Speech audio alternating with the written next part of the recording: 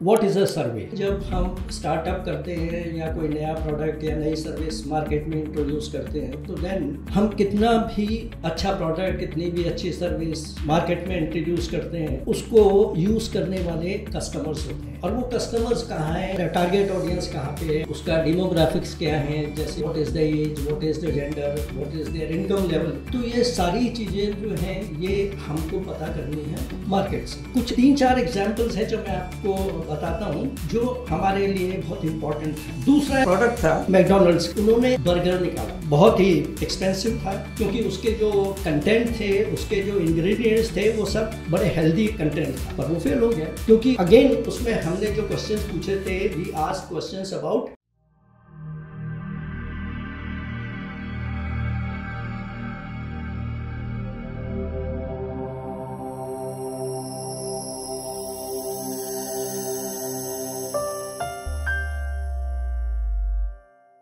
Hello, today we are going to spend a little time on discussing market surveys for research. What is a survey? देखिए, बहुत बार हम लोग जैसे कोई land है उसका सर्वे कराते हैं, बिल्डिंग का सर्वे कराते हैं, रोड्स बनते हैं तो उसका सर्वे होता है। ऐसा तो नहीं होता है कि हम all of a sudden we start with the construction work. तो ऐसा ही जब हम स्टार्टअप करते हैं या कोई नया प्रोडक्ट या नई सर्विस मार्केट में इंट्रोड्यूस करते हैं तो then we need to do market survey to understand what does the consumer want. Now देखिए, हम कितना भी अच्छा प्रोडक्ट, कितनी भी अच्छी सर्विस मार्केट में इंट्रोड्यूस करते हैं, उसको यूज़ करने वाले कस्टमर्स होते हैं। और वो कस्टमर्स कहाँ हैं, उनको हम मार्केट रिसर्च के द्वारा मालूम करने की कोशिश करते हैं। हमारा टारगेट ऑडियंस कहाँ पे है, कौन से सिटी में है, उसका डेमोग्राफिक्स क्या है, जैसे उसकी what is the age, what is the gender, what is their income level. तो ये सारी चीज़ें जो हैं ये हमको पता करनी है और कहाँ से करनी है, मार्केट से। अब मार्केट रिसर्च के लिए हमें सर्वेस की ज़रूरत होती है। तो ये सर्वे क्या होता है? In short, this is an examination और डिस्क्रिप्शन ऑफ समथिंग और समवन। किसी के बारे में इंफॉर्मेशन निकालना, किसी भी चीज़ की इंफॉर्मेशन मार्केट से उठाना, कलेक्ट करना, उसको एनालाइज करना, इसके लिए हमें सर्वे की ज़रूरत पड़ती है। किसी भी मार्केट को बारीकी से डिटेल में समझने के लिए हमें सर्वे की ज़रूरत पड़ती है और वही रिसर्च होती है। रिसर्च हम सर्वे के थ्रू करते हैं। तो ये सर्वे जो है, this is a tool use to gather information from the market. चाहे वो प्रोडक्ट के बारे में हो, चाहे सर्विस के बारे में हो, चाहे प्राइस के बारे में हो, किसी भी चीज़ के बारे में कोई भी इंफॉर्मेशन जो मार्केट से हमें कलेक्ट करनी है वो हम सर्वे से करते हैं। और सर्वे कैसे होते हैं? कुछ क्वेश्चंस होते हैं जो हम कस्टमर्स या प्रोस्पेक्टिव कस्टमर्स को पूछते हैं और उनके जवाब उनसे लेते हैं। नाउ ये डिपेंड करता है कि हम किस तरह के क्वेश्चन पूछ रहे हैं, क्योंकि अगर हम एक अच्छा क्वेश्चन पूछेंगे तो अच्छा जवाब मिलेगा, और एक अगर हम गलत क्वेश्चन या इररिलेवेंट क्वेश्चन पूछेंगे तो उसका जवाब भी हमको इररिलेवेंट मिलेगा, और वो हमारी जितनी भी इंफॉर्मेशन कलेक्ट हो रही है उसको ख़राब कर देगा। मतलब हमें जो इन्फॉर्मेशन चाहिए वो हम मार्केट से उठा नहीं सकेंगे। इसमें कुछ 3-4 एग्जाम्पल्स हैं जो मैं आपको बताता हूँ जो हमारे लिए बहुत इम्पॉर्टेंट हैं। कुछ समय पहले मैंने आपको एक एग्जाम्पल हमारे नज़र में आया था कोक का। उसके बारे में हमने इन्फॉर्मेशन मार्केट से निकाली थी। अब वो मार्केट से जो निकाली थी उसके बावजूद भी वो सक्सेसफुल नहीं हो पाया। वो क्यों नहीं हो पाया? क्योंकि हमने पूरे सर्वे में सिर्फ टेस्ट के ऊपर क्वेश्चन पूछे थे। अब कोक टेस्ट से बेटर उनकी ब्रांड है, एक बहुत ही सीजनड प्रोडक्ट है जो मार्केट में कई सालों से चल रहा है। हमारा पूरा जो सर्वे है उसमें सिर्फ क्वेश्चंस थे जो रिलेटेड थे कोक से। अब आप किसी से पूछेंगे कि आपको कैसे ड्रिंक चाहिए, आपको सावर ड्रिंक चाहिए या स्वीट ड्रिंक चाहिए, तो कोई भी आदमी कहेगा मुझे स्वीट ड्रिंक चाहिए। और पूरे सर्वे में वो इस स्वीटनेस के ऊपर थे।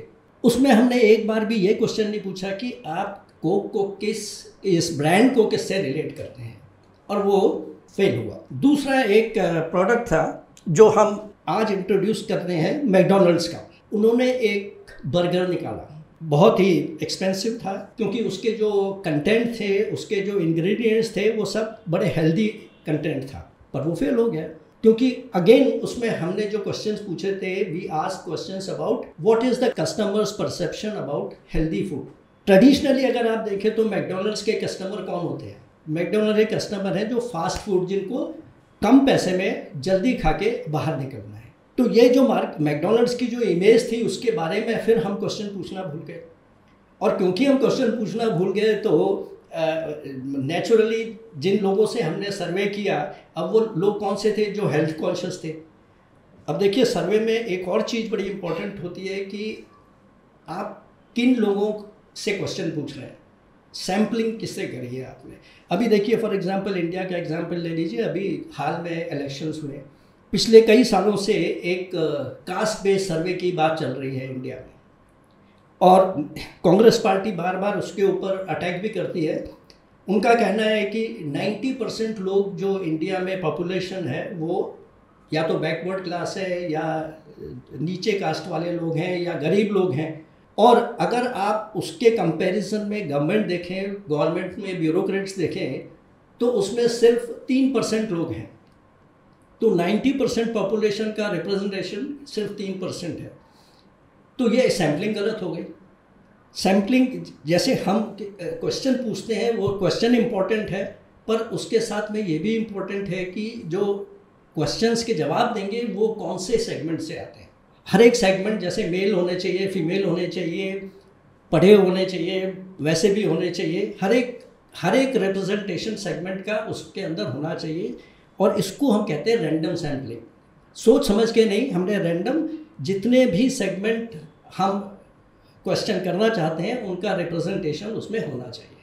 तो मैकडोनल्ड्स में भी ये हुआ, हमने जो सर्वे किया वो ऐसे लोगों से किया जो हेल्थ के बारे में बहुत ज़्यादा कंसर्न थे, और बाकी लोग जो जल्दी फास्ट खाना खाते थे, फास्ट फूड में बिलीव करते थे, चीप फूड में बिलीव करते थे। क्योंकि ये जो बर्गर था इसका नाम उन्होंने रखा था आर्क डिलक्स, तो डिलक्स के नाम से ही लोगों को ऐसा लगता था कि ये बड़ा कॉस्टली प्रोडक्ट होगा, और लोगों ने खाया नहीं और उसको भी विड्रॉ करना पड़ गया। तीसरा देखिए, एक फोर्ड बहुत बड़ी कंपनी है, उन्होंने एक मॉडल निकाला कार का। उस कार के मॉडल में उन्होंने क्या किया कि जो जिन लोगों का सर्वे किया वो भी रिप्रेजेंटेशन बराबर नहीं था। तो उसमें भी क्या हुआ कि जब फाइनल रिजल्ट आया तो कार वो बिकी नहीं, और उनको $250 मिलियन का नुकसान उठाना पड़ा। क्योंकि जो कस्टमर के प्रेफरेंसेस थे, जैसे अभी हमारे इंडिया में ही देखिए आप, एक हमारे ज़माने में सिर्फ 2 कार होती थी, एम्बेसडर और फिएट।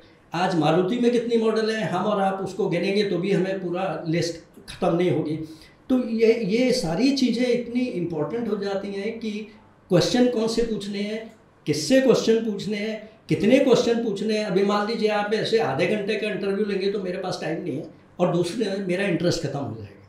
तो आइडियली हमें क्या करना है कि ये जो सर्वे हम करते हैं ये 10 से 12 मिनट के ऊपर नहीं होना चाहिए, बहुत से बहुत 15 मिनट। 15 मिनट में आप 10 क्वेश्चन पूछ लीजिए। क्वेश्चन कैसे पूछेंगे? अगर आप कस्टमर के पास उसका आंसर छोड़ेंगे तो वो अपने हिसाब से करेगा। तो दो तरह के क्वेश्चन मेनली हम रखते हैं। एक होते हैं मल्टीपल चॉइस, आपने क्वेश्चन पूछा, उसके 4 आपने ऑप्शन दे दिए, और कस्टमर उसमें से एक ऑप्शन सेलेक्ट कर लेता है। तो उसमें उसको अपना दिमाग लगाने की, उन 4 क्वेश्चंस के ऊपर पूछने की ज़रूरत नहीं रहती है। इसी तरह एक दूसरा वेरिएशन है क्वेश्चन पूछने का, वो होता है डिस्क्रिप्टिव। जैसे आपने पूछा कि भाई मेरी सर्विस के बारे में आपकी क्या राय है, प्लीज़ रैंक फ्रॉम 1 to 10। आपने रैंकिंग करी 3। उसके बाद मैंने आपसे दूसरा क्वेश्चन पूछा कि ये आपने 3 रैंकिंग किस बेसिस पे करी है। तो उसका जवाब कस्टमर को देना पड़ेगा सोच के कि उसने 3 क्यों दी, या 9 क्यों दी, या 8 क्यों दी। तो ये इस तरह के जो क्वेश्चंस अगर हम अच्छे से फ्रेम करेंगे तो उनके आंसर्स भी हमको अच्छे मिलेंगे। तो ये फोर्ड की जो गाड़ी थी, आप समझ लीजिए $250 मिलियन कितना होता है, कितना बड़ा नुकसान उसको उठाना पड़ा। ये सर्वे के हिसाब से उन्होंने क्या किया, जो उन्होंने सर्वे किया वो एफ्लुएंट आदमियों से किया, कार का प्राइस उसके हिसाब से उन्होंने ज़्यादा रखा, और इसकी वजह से एक चीज़ वो भूल गए। क्योंकि जब ये मॉडल निकला, इस मॉडल का उन्होंने नाम रखा था फोर्ड एडसेल। तो जब ये मॉडल इंट्रोड्यूस उन्होंने मार्केट में किया तो उस समय रिसेशन चल रहा था। अब रिसेशन के समय ऑटोमेटिकली इकोनॉमी तो नीचे होती है, लोगों के पास परचेजिंग पावर नहीं है।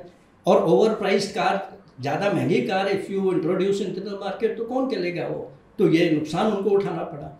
तो ये सारी चीज़ें मिलके हमारा जो ये मार्केट सर्वे है ये इतना इम्पोर्टेंट हो जाता है कि किसी भी कंपनी को या तो ये ग्रो कर सकता है या उस कंपनी को नीचे बिठा सकता है। एक अच्छे प्रोडक्ट का और एक अच्छे कस्टमर के बारे में इंफॉर्मेशन मार्केट से सर्वे के द्वारा ही निकल सकती है। और ये बहुत इम्पोर्टेंट है हमारे लिए कि शुरू से एंड तक हमारी नज़र होनी चाहिए कस्टमर के रिस्पॉन्स के ऊपर। आपको मैंने 3 तरह के क्वेश्चंस ऑलरेडी बता दिए थे जो हम नॉर्मली पूछते हैं। आपको मैंने ये भी बताया है कि जब आप क्वेश्चन फ्रेम कर रहे हैं तो 10 से 12 मैक्सिमम 15 मिनट से ज़्यादा आपको नहीं रखना है काम। और मार्केट सर्वे इसलिए भी हमें इम्पोर्टेंट होता है कि एक तो हम मार्केट के बारे में कंटिन्यूसली इन्फॉर्मेशन निकालते रहते हैं, कौन से कॉम्पिटिटर है, कौन सा कॉम्पिटिटर कहाँ प्रमोशन कर रहा है, किस तरह की एडवर्टाइजिंग कर रहा है, किस तरह के प्राइस डिस्काउंट दे रहा है, किस तरह की सेल लगा रहा है, मार्केट की साइज़ कितनी बड़ी है वो हमें मार्केट से पता लगती है, कस्टमर को किस चीज़ की ज़रूरत है, कौन से प्रोडक्ट कौन सी सर्विस की वो हमको पता लगती है, फिर किस प्राइस पे वो खरीदेगा। एक बहुत इंपॉर्टेंट कंसिडरेशन होता है विलिंगनेस टू पे। अब कस्टमर की एक सीमा होती है जिस पे वो एक किसी प्रोडक्ट या सर्विस को खरीदता है। अगर वो ओवर प्राइस्ड है, if it is overpriced he will not buy it, he will look for some other competitive product. Promotion कैसे करना है, कौन से चैनल पे एडवर्टाइजमेंट करना है, कौन सी लैंग्वेज के पेपर पे करना है, कौन सी किताब में मैगजीन में हमको एडवर्टाइजमेंट करना है, और प्रोडक्ट को फैक्ट्री से कस्टमर तक ले जाने के लिए हमें क्या क्या करना है। तो ये सारी चीज़ें हम मार्केट सर्वे के द्वारा ही निकाल सकते हैं। अब कितने तरह के सर्वे होते हैं, प्रोडक्ट को लेके सर्वे हो सकता है, कई बार हम कॉन्फ्रेंस करते हैं, सेमिनार करते हैं तो उसका फीडबैक लेते हैं। ये फीडबैक लेना भी एक सर्वे है। अभी आप लोग ने कभी ना कभी किसी टाइम पे या तो मोबाइल के कस्टमर सपोर्ट को फ़ोन करा होगा, इंश्योरेंस को किया होगा, तुरंत बाद वो कहते हैं please participate in the short survey, please rank the interaction you had with our service representative on a scale of 1 to 10 और 1 to 9, 1 to 5। अब ये जो सर्वे है कैसे करेंगे, देखिए अगर आप डायरेक्टली मार्केट में जाते हैं तो सर्वे बहुत कॉस्टली होता है, क्योंकि आपको जितना सैम्पल साइज़ है, नॉर्मली हम कहते हैं कि सैम्पल साइज़ 10% के ऊपर नहीं होना चाहिए, या तो अगर छोटा सैम्पल सर्वे कर रहे हैं तो 100 रिस्पोंडेंट, और अगर बड़ा है तो 1000 तक।